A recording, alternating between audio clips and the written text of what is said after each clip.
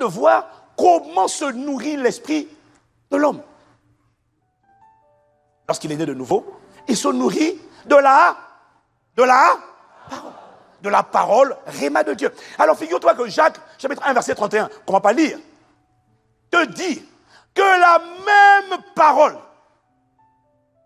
il dit, recevez avec douceur la parole qui était plantée en vous et qui a le pouvoir de sauver vos âmes.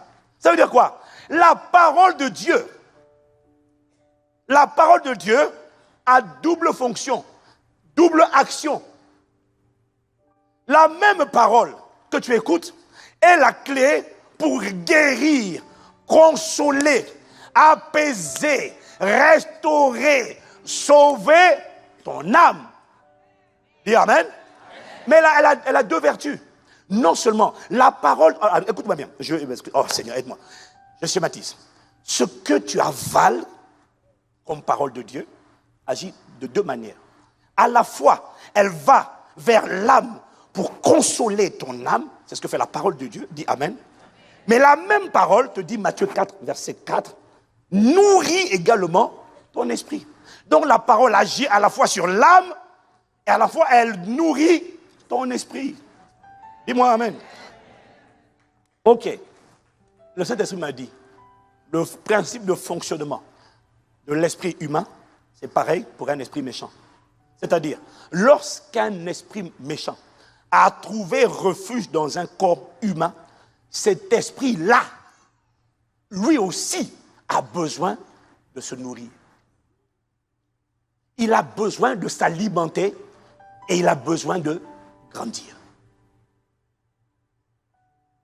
Comment il grandit? Il grandit comment? Par l'alimentation. Dis Amen. L'alimentation, tout esprit a besoin d'alimentation. Que fait cette alimentation? Elle le fait grandir et puis elle le rend fort. Quelqu'un me dit Amen. Et comment un esprit mauvais s'alimente? L'esprit né de nouveau s'alimente des messages, des informations, des paroles qui sortent de la bouche de Dieu. L'esprit méchant, m'a dit le Saint-Esprit, se nourrit des messages, des informations, des paroles qui proviennent des cinq sens.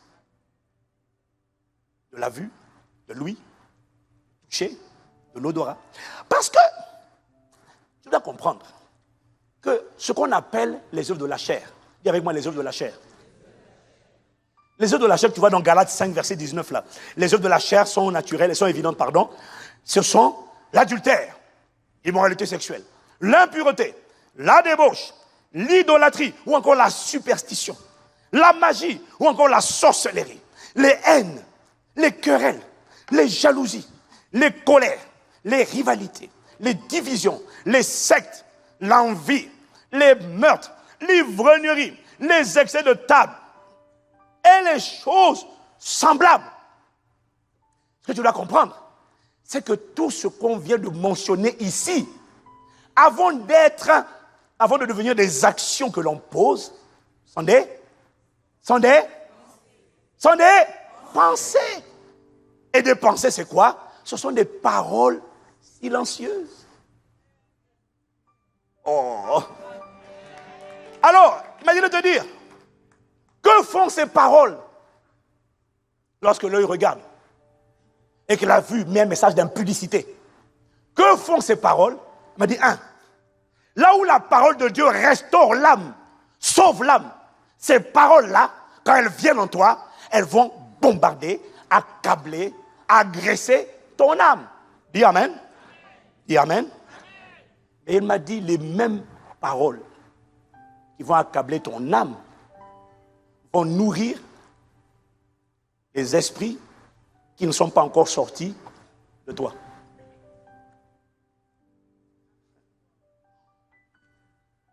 Ok, exemple.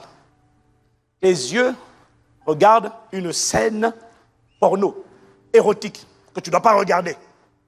La vue va produire, quand tes yeux ont regardé, la vue va produire une information, un message, une parole silencieuse appelée fornication.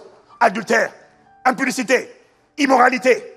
Cette information fournie par la vue va affecter, attaquer, gangréner ton âme. Ça, tu l'as compris. Si oui, tu dis Amen. Mais en plus de cela, cette pensée, ce message, cette information, lorsque l'esprit d'impudicité, mari de nuit, femme de nuit, appelle-le comme tu veux, sirène des eaux, n'est pas encore sorti de ta vie, cette information, cette pensée, quand tes yeux ont regardé, la chair a perverti le message, a produit un message. Ce message, il m'a dit, ne va pas seulement détruire ton âme, il va nourrir l'esprit d'impudicité. C'est sa nourriture. Et dès que tu as fini de regarder ce film ou cette séquence érotique, pornographique, tu vas te rendre compte d'une chose. Qu'est-ce qui t'arrive? Soudainement, tu te sens oppressé. Soudainement, tu as envie de te masturber. Soudainement, tu as envie, tu commences à penser adultère, tu commences à penser fornication. Soudainement, tu deviens comme quelqu'un en chasse. Qu'est-ce qui t'arrive? Juste avant que tu n'avais pas ça. Qu'est-ce qui s'est passé? En fait, l'esprit qui n'est pas encore sorti, tu viens de lui donner à manger. Il est devenu fort. Et quand il est rentré au début, il n'était pas forcément grand. Mais il m'a dit, il y a des démons qui grandissent en toi. C'est pour ça qu'au début, c'était juste la masturbation. En grandissant, comme tu n'as pas crucifié la chair, et l'esprit n'est pas sorti chez beaucoup de gens, ce qui était simple, petite, au début c'était une fois par mois, c'est devenu une fois par semaine, après c'est devenu une fois par jour. Et puis après la masturbation a donné lieu à d'autres formes d'actes de bestialité, de trucs, tous les objets, les trucs compliqués, une femme, deux femmes, trois femmes, quatre femmes, cinq femmes, qu'est-ce qui s'est passé? L'esprit en toi se renforce chaque jour, il prend de l'ampleur, il grandit et il devient de plus en plus fort. Qui l'a rendu fort? Toi. Comment? En laissant tes yeux et tes oreilles regarder et entendre ce qu'il n'aurait pas dû regarder et entendre. Qui est responsable? Le démon est trop fort, oui, mais qui l'a rendu comme ça? En toi. Dès que tu t'exposes aux mauvaises sons, aux mauvaises vues et tout ça, il mange, il grandit, et il se rend de plus en plus fort. Et c'est là que soudainement, tu ressens ce qu'on appelle des oppressions. Ton problème hier, c'était l'alcool. L'esprit d'alcoolisme n'est pas sorti. Dès que tu prends une seule goutte d'alcool, tu n'aurais pas dû la prendre. La langue, le goûter, va envoyer des messages, va non seulement attaquer ton âme avec l'ivrognerie, les pensées d'ivrognerie, mais les mêmes pensées d'ivrognerie vont nourrir l'esprit de dépendance qui était en toi. Soudainement, un envie fort et pressant de boire ce que tu ne dois pas boire commence à rentrer en toi. Et quand l'esprit est à l'intérieur, tu le reconnais parce que quand tu ne le fais pas, tu sens des palpitations, tu te sens tendu, de l'irritation. Tu as fortifié l'esprit mauvais. Qui a fait? Toi. Waouh. C'est hier. Je ne savais pas ça. Je ne savais pas. Dis-moi, mais qu'est-ce qui m'est arrivé? Il m'a dit, ce qui t'est arrivé, c'est que tu n'as pas monté la garde. Tu n'as pas dressé la haie de protection. Tu n'as pas filtré ce qui rentre.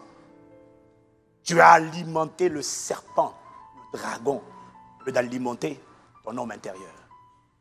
C'est toi qui es responsable. Alors il m'a dit, veillez, c'est ça. Celui qui veille et qui n'est pas déterminé à empêcher le rôdeur de rentrer, c'est un complice. Veillez, c'est crucifier la chair. Mais je finis. Il m'a dit, crucifier la chair ne chasse pas les démons. Non, c'est différent. Dis Amen. Crucifier la chair ne chasse pas les démons. Crucifier la chair, premièrement, empêche tout nouveau démon d'entrer parce que tu as neutralisé les 5 sens. Dis Amen. Et deuxièmement, crucifier la chair fait maigrir, affaiblir tout esprit mauvais qui n'a pas encore été chassé et qui était à l'intérieur de toi. Quand il n'est plus nourri, qu'est-ce qu'il fait? Il se rétrécit et il faiblit.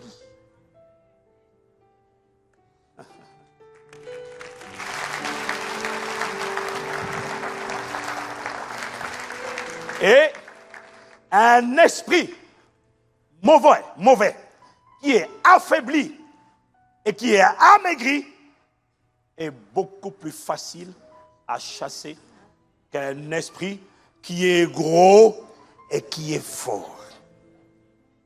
C'est pour ça que certains esprits sont plus résistants que d'autres.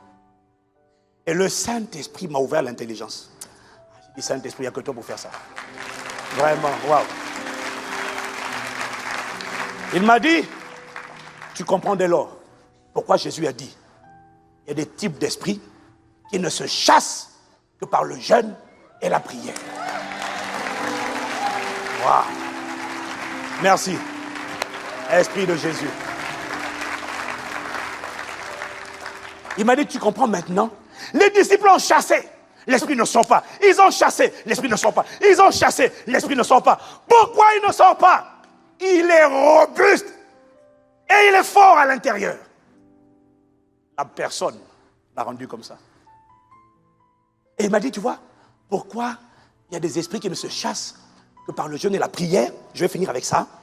Parce que, il m'a dit, il est plus facile de chasser les démons quand tu es dans le jeûne et la prière. Mais attention, je ne dis pas quand tu es dans la privation d'aliments. Je dis quand tu es dans le véritable jeûne selon Ésaïe 58. Le jeûne agréable à Dieu. C'est un jeûne qui est accompagné, c'est pas seulement la privation d'aliments, c'est toute une attitude qui accompagne ce jeûne-là. Et il m'a dit, tu vas voir que c'est plus facile de chasser les démons lorsque la personne est dans un véritable jeûne selon le cœur de Dieu. C'est le jeûne où tu vas te rendre compte que pendant cette période, tes yeux, parce que tu es dans un véritable jeûne de consécration, de supplication, tes yeux ne regardent pas n'importe quoi. Si tu avais l'habitude de regarder n'importe quoi, quand tu es en jeûne, généralement, tes yeux se fixent sur les choses essentielles. Dis Amen. Dis Amen. Pendant que tu es dans un véritable jeûne avec un bon cœur, tes oreilles sont noyées dans la parole de Dieu. Elles ne sont plus dans les commérages, elles ne sont plus dans les conversations, elles ne sont plus dans les discussions bêtes. Tes oreilles sont saturées en permanence parce qu'un vrai jeûne est accompagné de temps de méditation régulier, récurrent, continu. Donc tes yeux ne regardent que les choses saintes. Tes yeux ne vont pas aller balader en train de regarder un film X quand tu es en jeûne. Non, parce que quand tu es en véritable jeûne, tu regardes que ce qu'il faut regarder. Tu entends le son qu'il faut entendre. Ta langue ne mange pas en désordre, parce que quand tu es en jeûne, ta langue mange peu. Alors le goûter, le sens appelé le goûter, est asséché.